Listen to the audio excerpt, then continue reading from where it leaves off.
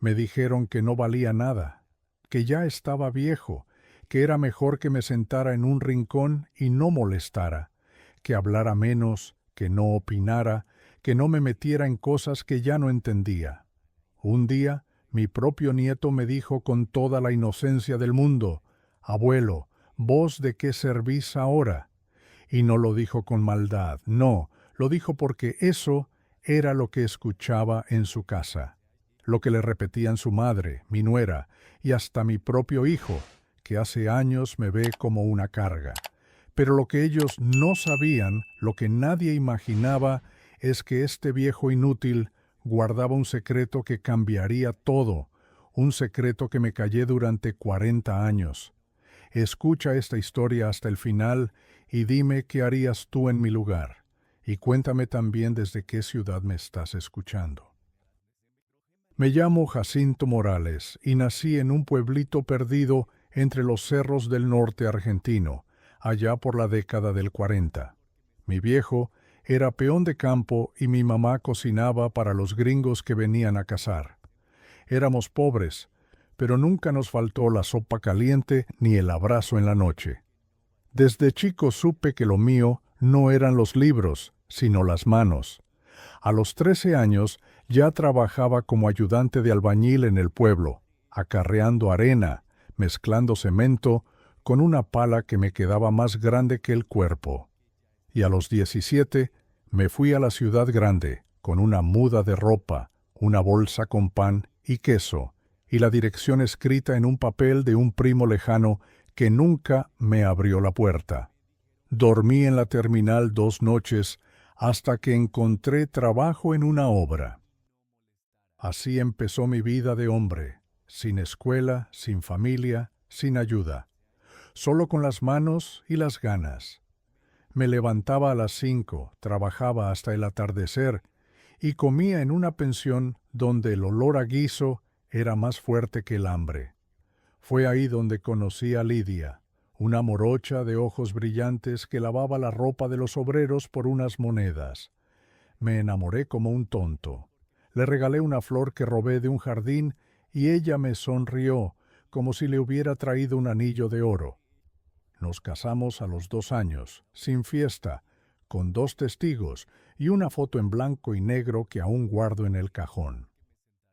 Con Lidia levantamos nuestra casita en un barrio de tierra, allá por las afueras de San Miguel de Tucumán. Yo ponía los ladrillos y ella cocinaba mientras acunaba al primero de nuestros 4 hijos. Todo lo que hicimos fue para ellos. Cada azulejo, cada teja, cada hora extra bajo el sol era para que ellos tuvieran lo que nosotros nunca tuvimos. Les di todo: educación, ropa buena, juguetes en Navidad, excursiones escolares. Me partí la espalda para que nunca les faltara nada. Y cuando Lidia murió, después de pelear 5 años contra un cáncer que nos comió los ahorros y el alma, yo seguí solo, firme, como un árbol que se niega a caerse, aunque ya no le queden hojas. Los chicos crecieron, volaron, se casaron. Uno vive en Salta, otro en Mendoza, mi hija menor en la capital, y el mayor, Martín, se quedó en la ciudad, el más cercano y el más frío. Cuando me jubilé, fue él quien me dijo: «Papá, no te preocupes por nada, yo me encargo de vos». Y por un tiempo así fue. Venía a verme los domingos, me traía las compras del mes, me llevaba al médico, pero con los años su tono empezó a cambiar. Ya no era «papá, ¿cómo estás?», sino «papá, tenés que entender que las cosas cambiaron». Su mujer, Clarisa, nunca me tragó. Me miraba como si fuera una silla rota ocupando lugar en el living. Me decía «señor Jacinto», aunque yo le pedía que me llamara papá. Nunca lo hizo. Un día, sin aviso, Martín me trajo un folleto. Era de un hogar para adultos mayores, muy bonito, con jardines, actividades recreativas, enfermeras sonrientes. «Es para que estés más cómodo, papá. Acá estás solo, te podés caer, te puede pasar algo». Yo lo miré sin decir palabra, ya sabía lo que venía, ya lo había visto en los ojos de mi nuera, Hacía años. Ellos querían la misma casa que yo construí con estas manos, ladrillo por ladrillo, donde lloré la muerte de mi esposa y celebré los cumpleaños de mis nietos. Querían echarme sin decirlo, y lo peor es que pensaban que yo no me daba cuenta. Pero lo que Martín y Clarisa no sabían, lo que nunca imaginaron, es que hacía 40 años yo había hecho algo que cambiaría el curso de esta historia, algo que guardé en silencio por una promesa, algo que no tenía valor hasta que me empezaron a tratar como basura, porque hay secretos que uno guarda por amor, pero que solo revela cuando ya no queda otra opción. Y ese momento, lo supe en ese instante, había llegado. Porque cuando te quieren sacar de tu casa con sonrisas falsas y palabras vacías, no queda más que recordar quién fuiste, lo que hiciste y lo que todavía sos capaz de hacer. Y yo, Jacinto Morales, todavía tenía mucho por decir. Recuerdo perfectamente la noche en que todo cambió. Me quedé solo en el comedor, con el folleto del geriátrico sobre la mesa. Clarisa ya se había ido. Tenía cosas urgentes que hacer, como siempre, y Martín se había despedido con un beso en la frente, de esos que no se sienten. Cerré la puerta despacio, como si no quisiera hacer ruido, como si el silencio me fuera a dar una respuesta, y ahí me quedé, frente al folleto abierto, mirando las fotos de viejos sonrientes, jugando a las cartas, como si la vida pudiera reducirse a eso.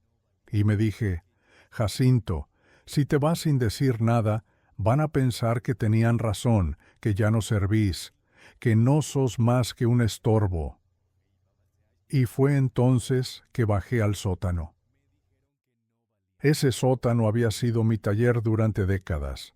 Ahí guardaba mis herramientas, mis recuerdos, y también un pequeño baúl de madera, viejo, polvoriento, que había escondido detrás de un falso panel.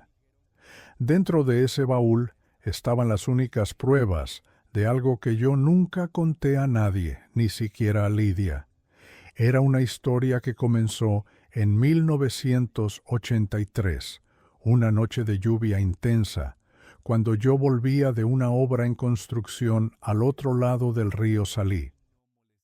Me había refugiado en un galpón abandonado, esperando que la tormenta aflojara, cuando escuché un llanto. Pensé que era un animal, pero no. Era un hombre. Estaba empapado, con un brazo roto, cubierto de sangre y barro. Me pidió ayuda, dijo que lo venían siguiendo, que no podía ir al hospital.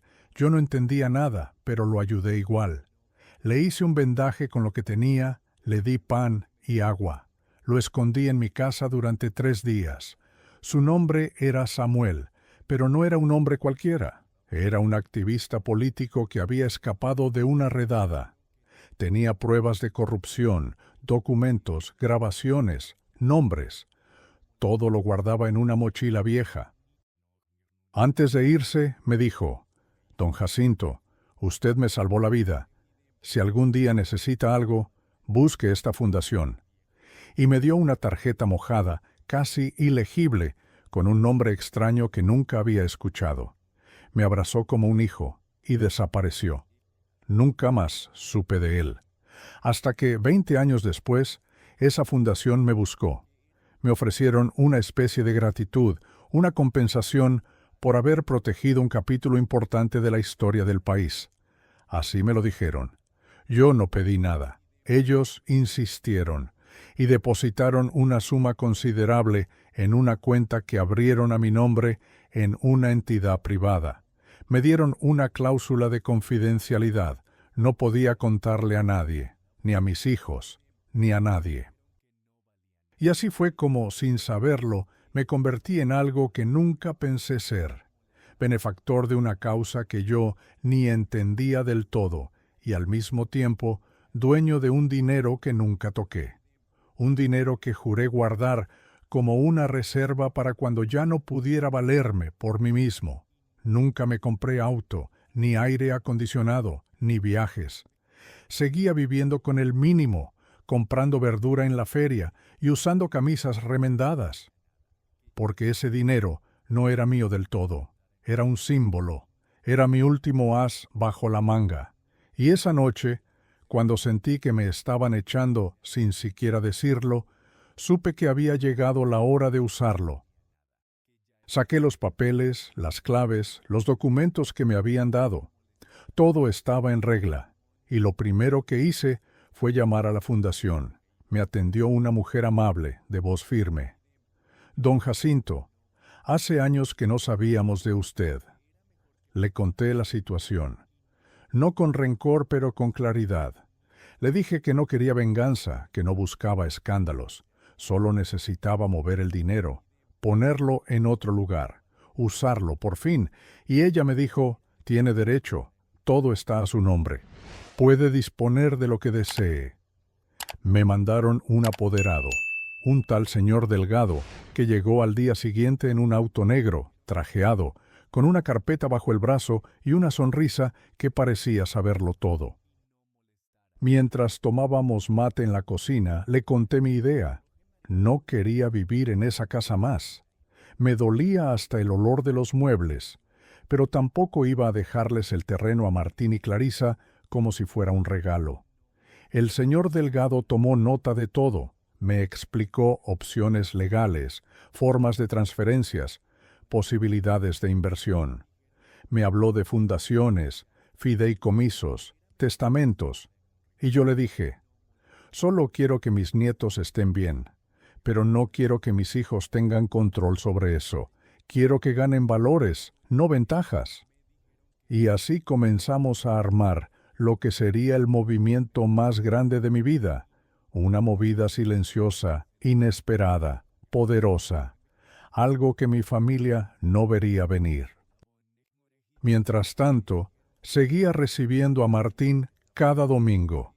Le preparaba café, lo escuchaba hablar de sus problemas laborales, de lo caro que estaba todo, de lo difícil que era mantener a su familia. Me hablaba de sacrificios, y yo lo escuchaba sin interrumpir, sin reproches, porque sabía que pronto, muy pronto, él iba a entender lo que es el verdadero sacrificio. Y cuando llegara ese día, no podría decir que no se lo advertí, porque hay palabras que duelen, pero hay actos que enseñan, y mi lección todavía no había empezado.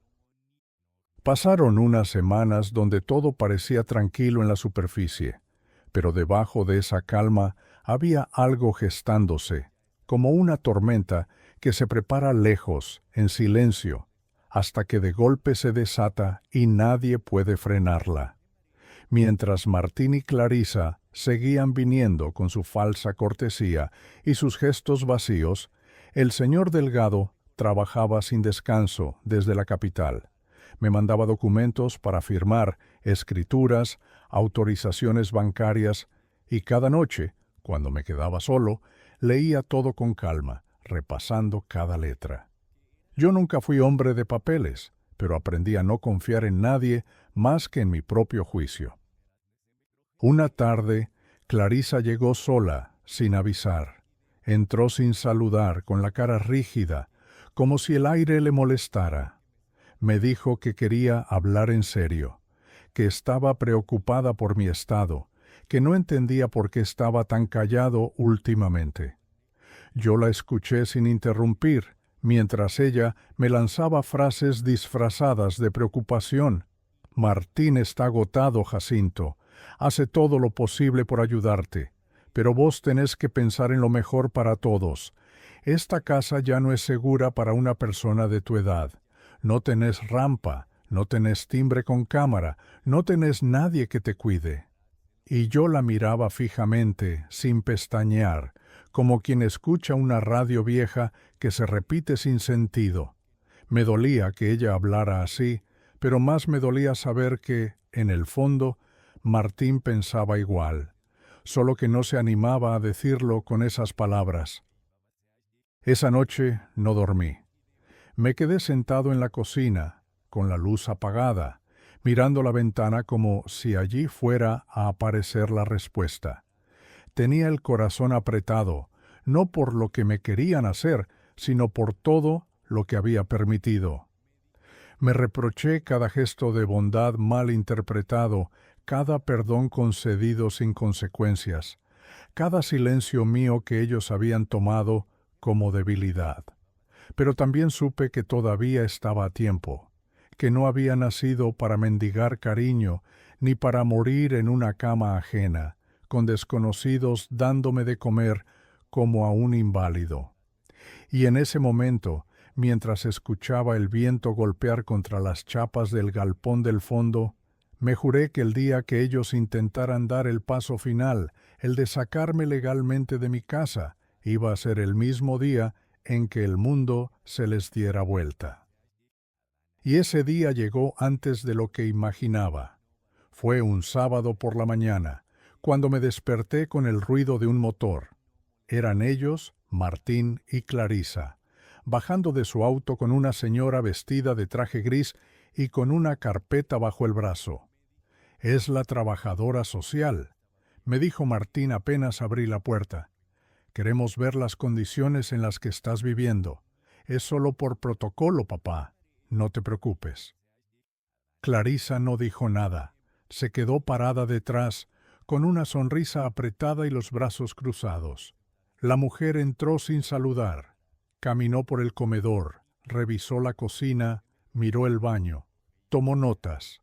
Yo no dije ni una palabra, solo la seguía con la vista, preguntándome si era real lo que estaba pasando. Cuando terminó, me pidió que me sentara con ella. «Don Jacinto, esta casa no cumple con los requisitos básicos de habitabilidad para una persona de su edad. No tiene barandas en el baño, no tiene alarma de emergencia, no tiene supervisión médica». Y ahí fue cuando, por primera vez en mucho tiempo, me enderecé en la silla, miré a todos con una serenidad que ni yo sabía que tenía y les dije: «Gracias por preocuparse, pero esta casa no va a ser un problema por mucho tiempo». Martín me miró confundido. Clarisa levantó una ceja. La trabajadora social anotó algo más en su carpeta. 2 días después, a las 9 de la mañana, el timbre sonó. Era un escribano. Traía los papeles finales del traspaso. En presencia de un testigo, mi vecino don Ruperto, el del taller de bicicletas, firmé la venta de la propiedad, no la casa, no, sino el terreno, el inmueble, la tierra que tanto querían, pero con una cláusula muy especial. Había vendido la casa a una asociación civil que se dedicaba a construir hogares comunitarios para personas mayores sin familia. Sí, leíste bien. Mi casa, mi terreno, mi patio, todo lo que ellos querían quedarse, ahora tenía un nuevo dueño, un hogar para abuelos olvidados. Iban a remodelar, ampliar, abrir un comedor. Iban a convertirla en un refugio para aquellos que, como yo, un día fueron tratados como estorbos. Pero yo no iba a estar ahí, mi lugar ya era otro. El mismo día en que firmé, tomé mis cosas, un bolso pequeño, una foto de Lidia y otra de los 4 chicos cuando eran pequeños, y me fui caminando hasta la terminal. Había comprado un pasaje con destino al sur, a una ciudad tranquila, donde el señor Delgado ya me había alquilado un departamento amueblado frente a una plaza. Esa misma noche me fui sin dejar nota, sin mirar atrás, porque a veces la única forma de salvarse es desaparecer antes de que te entierren vivo en una vida que ya no es tuya. Y mientras el colectivo avanzaba por la ruta, con las luces del pueblo perdiéndose detrás de los árboles, sentí algo que hacía años no sentía: alivio. Un alivio hondo, limpio, como cuando uno se quita una bota apretada después de caminar horas. Y supe que, por fin, había empezado a vivir. Los primeros días en el sur fueron silenciosos. No conocía a nadie, no tenía a nadie, pero por primera vez en mucho tiempo no sentía esa mirada encima, esa carga invisible de ser siempre el que estorba. El departamento era modesto, pero cálido. Tenía una ventana grande que daba a la plaza, donde los chicos jugaban después de la escuela y los viejos tomaban sol en los bancos de madera. Me pasaba las tardes ahí, con el mate en la mano y una campera vieja que me cubría del viento. Observaba la vida pasar con una paz que nunca había tenido en mi propia casa. Una tarde, mientras le daba de comer a unos gorriones en la vereda, se me sentó al lado una señora con un tapado violeta y un sombrero con una flor de lana. —¿Usted es nuevo por acá? —me preguntó con voz suave. Se llamaba Celina. Era jubilada, viuda, había sido maestra durante más de 30 años. Tenía una forma de hablar que te envolvía, como si te tejiera una bufanda con palabras. Le conté a grandes rasgos que me había mudado solo, que venía del norte, que buscaba un poco de tranquilidad. No le hablé de Martín, ni de Clarisa, ni de la casa, ni del abandono. Solo le dije que necesitaba empezar de nuevo, y ella no preguntó más. Así fue como comenzó una amistad inesperada. Todos los días, a la misma hora, nos encontrábamos en la plaza. Hablábamos de libros, de comidas, de canciones viejas. Una vez la invité a casa a tomar mate con tortas fritas, y me dijo: «Hace años que nadie me invitaba a merendar sin un motivo».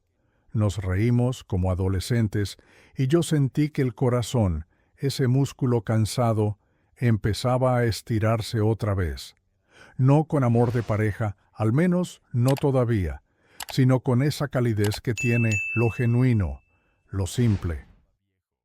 Por las mañanas me anoté en un taller municipal de carpintería para jubilados. Volví a usar las manos, volví a lijar, a cortar, a construir cosas. El taller estaba lleno de hombres como yo, con historias a cuestas, con espaldas torcidas y miradas hondas. Ahí conocí a Aníbal, un viejo camionero que había recorrido todo el país, y a don Pedro, que era callado, pero tenía una risa contagiosa cuando se soltaba. Me sentí parte de algo, y eso, para un viejo que venía de sentirse invisible, era mucho. Un día me llegó una carta. Era de Martín, escrita a mano, como antes. Me contaba que habían ido a la casa, mi vieja casa, y se habían encontrado con los obreros de la fundación, instalando andamios, midiendo las paredes, pintando el frente. Que habían preguntado por mí, que les habían dicho que la propiedad ya no me pertenecía, que Clarisa había montado en cólera, que él se había quedado mudo. «No entiendo, papá», escribía. «¿Por qué hiciste eso? ¿Por qué no nos dijiste nada? ¿Dónde estás? ¿Estás bien?» Me quedé mirando esa hoja durante mucho rato. No había enojo en sus palabras, sino una mezcla de tristeza y desconcierto. Pero no le respondí. Todavía no. Sentía que no era el momento. Al mes siguiente, otra carta. Esta vez más corta. «Papá, Clarisa me dejó. Dice que ya no confía en mí, que soy un inútil, que todo lo que planeamos se fue al demonio por tu culpa, pero yo no puedo culparte. Algo me dice que yo me equivoqué antes, mucho antes». Y esa carta sí me dolió, porque aunque fuera tarde, había una chispa de lucidez en sus líneas. Algo se le había roto, y yo sabía muy bien lo que era romperse. Pasaron los meses. Con Celina compartíamos cada vez más cosas: almuerzos, visitas al mercado, caminatas lentas por la costanera. Una mañana me llevó al hogar donde ella hacía voluntariado con niños. Niños sin familia, o con familias rotas como la mía. Me presentó como don Jacinto, un señor que sabe hacer cosas con las manos, y los chicos me rodearon como si fuera Papá Noel.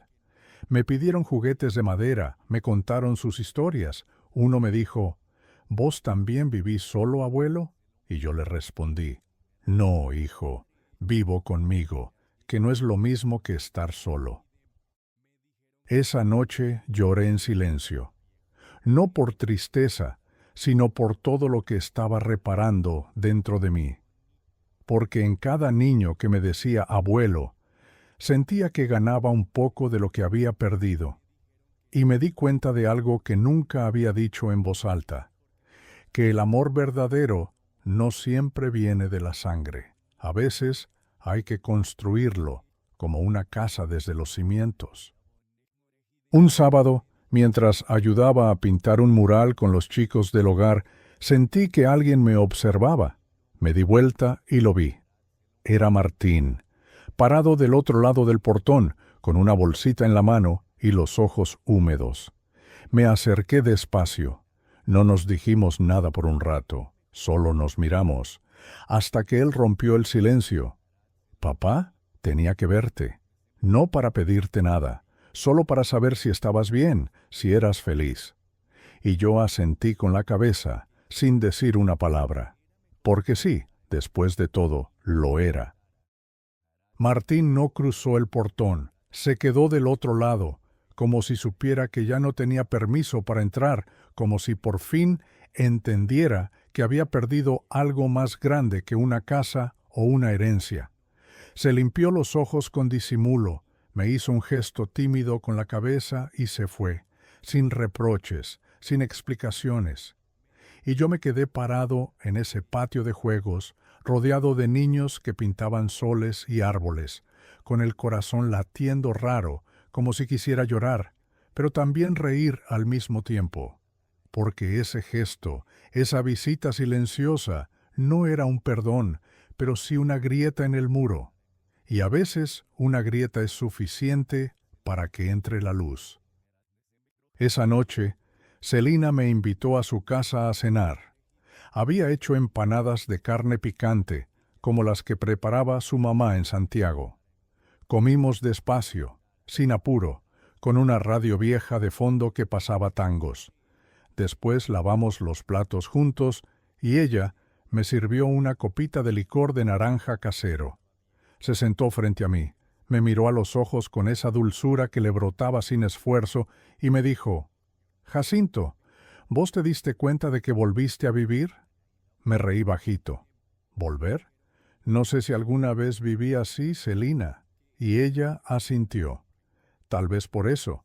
A veces la vida empieza cuando uno se anima a soltar lo que duele. A la semana siguiente, el director del hogar me llamó aparte. Me dijo que los chicos hablaban de mí todo el tiempo, que me esperaban los miércoles con más entusiasmo que la merienda, que uno había dicho que quería ser carpintero para hacer cosas lindas como el abuelo Jacinto. Y ahí, en esa oficina sencilla, con olor a tiza y sopa caliente, me dieron una propuesta: armar un pequeño taller de carpintería infantil. No había presupuesto, pero sí muchas ganas. Me preguntaron si estaría dispuesto a enseñarles a los chicos, aunque fuera con maderitas recicladas y clavos torcidos. Les dije que sí, claro, que no solo estaba dispuesto, sino que era lo que más deseaba hacer. Y así, con un par de bancos de escuela viejos, algunas herramientas que me donó don Pedro del taller municipal y la ayuda de Celina que me traía tortas fritas para los recreos, armamos el taller Manos que Sueñan. Les enseñé a lijar, a medir, a cortar sin miedo. Pero también les enseñé a esperar, a equivocarse sin vergüenza, a aplaudir cuando uno lograba clavar un clavo sin doblarlo. Los chicos me abrazaban con las manos sucias y los ojos brillantes, y yo sentía que por primera vez todo lo que había aprendido con sangre y sudor estaba sirviendo para algo más grande que yo. Un domingo cualquiera, mientras arreglaba una puerta del depósito, apareció otra carta en mi buzón. Era de Martín otra vez, esta vez más breve, más íntima. «Papá, no espero que me perdones, pero quería contarte que empecé a trabajar como voluntario en un comedor. Clarisa no me entiende, mis hermanos tampoco, dicen que estoy loco, pero yo siento que estoy empezando a entender lo que vos hiciste. Siento que quiero ser alguien que valga la pena. no por la herencia, sino por lo que deje cuando me muera. Leí esa carta en la plaza, bajo el tilo donde siempre me sentaba con Celina. No dije nada, solo apreté la hoja contra el pecho y cerré los ojos. No sé si lo perdonaba, no sé si eso era suficiente, pero supe que algo dentro de él estaba cambiando. Y a veces, cuando alguien se atreve a cambiar, aunque sea tarde, uno no puede evitar esperarlo un poco más. Algunos días después, al salir del taller, los chicos del hogar me sorprendieron con un cartel enorme pintado a mano que decía: «Gracias, abuelo Jacinto, por enseñarnos a construir con amor». Me quebré, no por nostalgia, no por tristeza, sino por gratitud, porque después de tantos años, sintiéndome vacío, olvidado, reemplazable, ahora algunos, me veían como algo valioso, como un ejemplo, como una figura que no se guarda en un rincón, sino que se escucha, se abraza, se sigue. Esa noche, en casa, le escribí a Martín por primera vez, no una carta larga, no una lista de reproches, solo una frase: «Me alegra que estés buscando ser mejor. No te detengas. Jacinto». Y esa fue mi forma de decirle que la puerta, aunque cerrada, ya no estaba con llave. Los días comenzaron a pasar con una suavidad nueva, como si el tiempo hubiera aprendido a caminar a mi ritmo. Celina y yo ya no necesitábamos palabras para compartir los silencios. Nos alcanzaba con estar sentados en la plaza, tomando mate en el banco de siempre, mirando a los chicos jugar. Ella me hablaba de sus nietos que vivían lejos, de su juventud de maestra en escuelas rurales, de su esposo fallecido al que recordaba sin lágrimas. Y yo, poco a poco, me fui animando a contarle más de mi historia, incluso lo que durante años guardé como un secreto que creía que me iba a llevar a la tumba. Una tarde le hablé de Samuel, aquel hombre herido que escondí en casa cuando era joven. Le conté cómo llegó, lo que llevaba en esa mochila vieja, cómo su historia estaba tejida con miedo, con política, con peligro. Celina me escuchó con la respiración contenida, con los ojos bien abiertos. No me interrumpió ni una sola vez. Cuando terminé, bajó la vista, me tomó la mano y me dijo: «Vos le salvaste la vida a alguien sin pedir nada a cambio. ¿Sabes cuánta gente hace eso?». Me encogí de hombros. Fue lo que sentí que tenía que hacer, nada más. Y entonces ella, con esa forma dulce y firme de decir las cosas, agregó: «Y eso que hiciste sin saberlo fue el principio de todo esto». Y tenía razón, porque si no fuera por aquella noche de lluvia, por esa decisión silenciosa, por esa promesa que nunca rompí, hoy yo no estaría acá. No habría podido ayudar a los chicos del taller, no habría conocido a Celina, no habría descubierto esta nueva forma de ser útil, porque lo que uno da sin esperar nada, la vida, tarde o temprano, te lo devuelve multiplicado. Una mañana, mientras le enseñábamos a los chicos a hacer una caja con bisagras, llegó una sorpresa. Era una camioneta de la fundación. Bajaron 2 personas con carpetas en la mano, cámaras de fotos y una sonrisa de oreja a oreja. Querían hacer un pequeño reportaje sobre el taller. Me dijeron que habían escuchado hablar de ese abuelo carpintero que cambiaba la vida de los chicos con una lija y una sonrisa. Me reí. Me daba vergüenza todo eso. Les pedí que no me filmaran, que mostraran a los chicos, que la noticia no era yo, sino ellos, su entusiasmo, sus ganas. El artículo salió en una revista local. Celina me lo mostró emocionada, señalando la página como si yo no pudiera verla solo. «Acá estás, mira, con el delantal lleno de aserrín y la cara de que ni te das cuenta de lo que generas». Me vi en esa foto rodeado de chicos, con los ojos llenos de chispa, y me vi feliz, feliz de verdad. No como antes, cuando sonreía por obligación o por compromiso. Esta vez era distinto.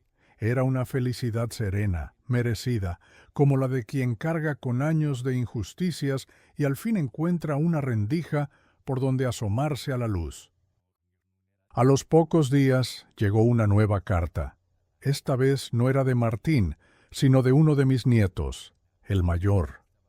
Me decía que había leído la revista, que había visto la foto, que su papá le explicó por fin todo lo que había pasado, que quería venir a conocer el taller, que quería aprender a usar el serrucho conmigo. Me temblaron las manos al leer eso. Me apreté el pecho como si el corazón se me fuera a salir, porque durante años pensé que ese lazo se había roto para siempre. Y sin embargo, ahí estaba. Una carta de un nieto que todavía me recordaba como el abuelo que les hacía juguetes de madera y contaba cuentos en las noches de tormenta. Llamé a Celina, le leí la carta. Ella se quedó en silencio unos segundos y después dijo, ¿ves? Cuando uno planta cosas buenas, aunque tarden, terminan brotando. Y entonces supe que sí, que esa visita tenía que ocurrir, que no era momento de esconderme ni de tener miedo. Así que tomé el teléfono, marqué despacio, y cuando Martín atendió, le dije, escuché que uno de tus chicos quiere venir a visitarme, que venga, pero solo él, por ahora. No hubo reproches, no hubo tono duro, solo una puerta entreabierta. Martín tardó unos segundos en responder, y después, con la voz quebrada, me dijo, «Gracias, papá, ¿de verdad?» El sábado siguiente, a las 4 de la tarde, vi bajarse del colectivo a mi nieto. Tenía el mismo andar que Martín a su edad, mismo pelo rebelde, misma mirada tímida. Me abrazó fuerte, me dijo, «Abuelo», con la voz temblorosa, y yo lo abracé como si fuera mi niño, como si el tiempo no hubiera pasado. Lo llevé al taller. Le mostré cómo se mide una tabla, cómo se lija en la dirección de la veta, cómo se clava sin romper la madera. Él me escuchaba con una atención que me partía el alma. «Papá me contó todo, abuelo», me dijo, «lo que hiciste por él y por nosotros, y yo quiero aprender, quiero que me enseñes». Y ahí, en ese instante, sentí que la historia que parecía cerrada todavía tenía un capítulo más por escribir. Aquel fin de semana con mi nieto fue como volver a encender una lámpara que había estado cubierta de polvo durante años. No hacía falta mucho, unas herramientas, un poco de madera y la voluntad de estar juntos sin que nadie nos apurara. Lo llevé a la plaza, le mostré el banco donde me sentaba a tomar mate, los rincones donde los chicos jugaban y el comedor donde servíamos las meriendas. Él no hablaba mucho, pero su forma de mirar lo decía todo. Estaba absorbiendo cada detalle, como si tratara de memorizar una historia que hasta ese momento le habían contado mal. El domingo, antes de subirse al colectivo de vuelta, me abrazó y me dijo bajito, «Abuelo, cuando sea grande, yo quiero ser como vos». No sé si me tembló más el corazón o las piernas. Le acaricié la cabeza con torpeza, como hacía con su papá cuando era chiquito, y le respondí lo único que pude. «Con que seas mejor, ya me doy por feliz». Lo vi subir al colectivo, mirar por la ventanilla hasta perderse en la curva de la calle, y cuando ya no lo vi más, me senté en el cordón de la vereda y lloré. Lloré en silencio, como cuando enterré a Lidia, como cuando firmé la venta de la casa, pero esta vez no era dolor, era alivio, era esperanza. A los pocos días, Martín me llamó. Me dijo que su hijo había vuelto fascinado, que no paraba de hablar de mí, del taller, de los chicos del comedor, y me pidió, casi en susurros, si podía venir él también. «No quiero molestarte, papá, pero me gustaría verte, solo verte.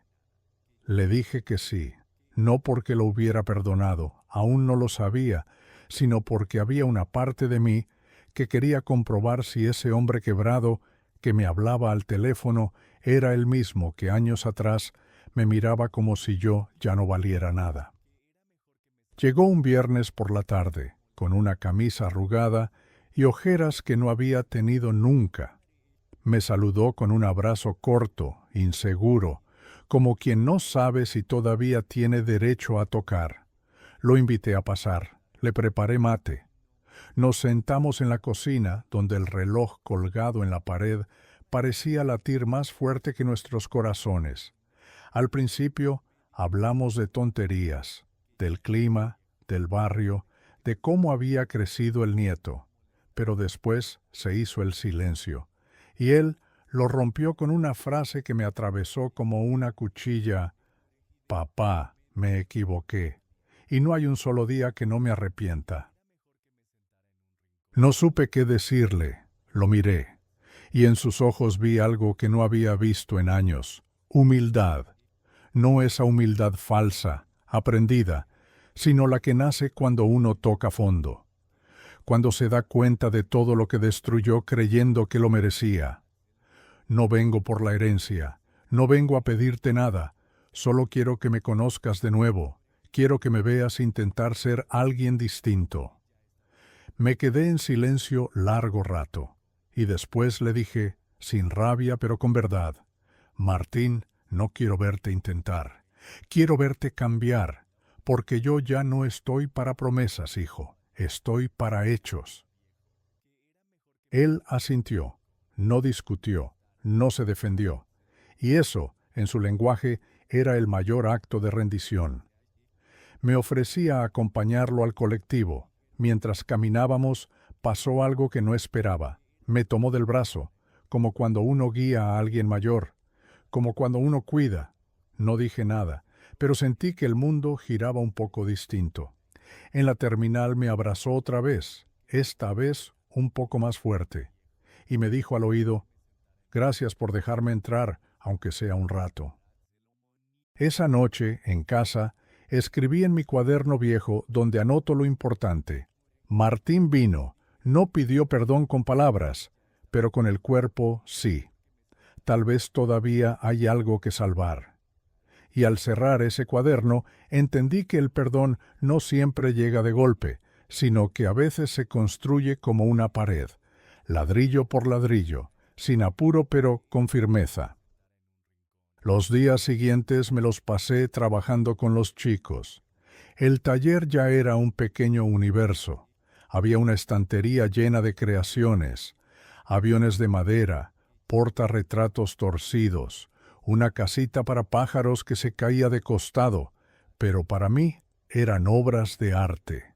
El director del hogar me propuso armar una pequeña exposición, para que el barrio vea lo que los chicos hacen, para que sepan que esto no es solo un pasatiempo, es dignidad. Acepté con gusto. Celina organizó todo. Hizo afiches, contactó a radios locales, hasta convenció a una panadería para que donara medialunas para los visitantes. Y cuando llegó el día de la muestra, no lo podía creer. Gente de todo el barrio, vecinos, familias, voluntarios, hasta vino un grupo de jubilados del centro de día con sus cuidadoras. El salón estaba lleno, y los chicos brillaban. Uno por uno mostraban sus trabajos con orgullo, uno por uno me buscaban con la mirada para asegurarse de que yo estuviera ahí, y yo estaba, más que nunca. Y fue en ese momento, parado en medio de esa sala llena de risas, manos manchadas y olor a madera recién cortada, cuando entendí que mi vida no se había acabado cuando salí de mi casa, que mi historia no había terminado cuando Martín me quiso encerrar en un geriátrico. Mi historia estaba recién comenzando, y esta vez la estaba escribiendo yo. Después de aquella muestra en el taller, algo en mí terminó de acomodarse. Fue como si el último ladrillo de una casa nueva se pusiera en su lugar. Ya no había rencor, ni heridas abiertas, ni preguntas sin respuesta. Solo quedaba esa sensación rara de haber cruzado un río muy hondo y estar, por fin, en la otra orilla. Los chicos del comedor me seguían llamando abuelo Jacinto, y cada uno tenía una forma distinta de abrazarme.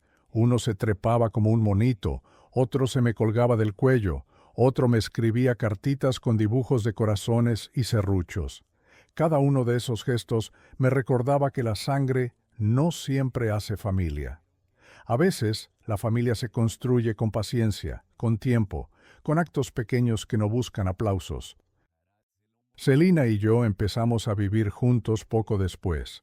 Una mañana me miró desde la cocina mientras revolvía el mate cocido y dijo: ¿Y si dejamos de ser visita y somos casa? Me reí, la abracé desde atrás y le respondí: Nunca nadie me pidió que me quedara. Gracias.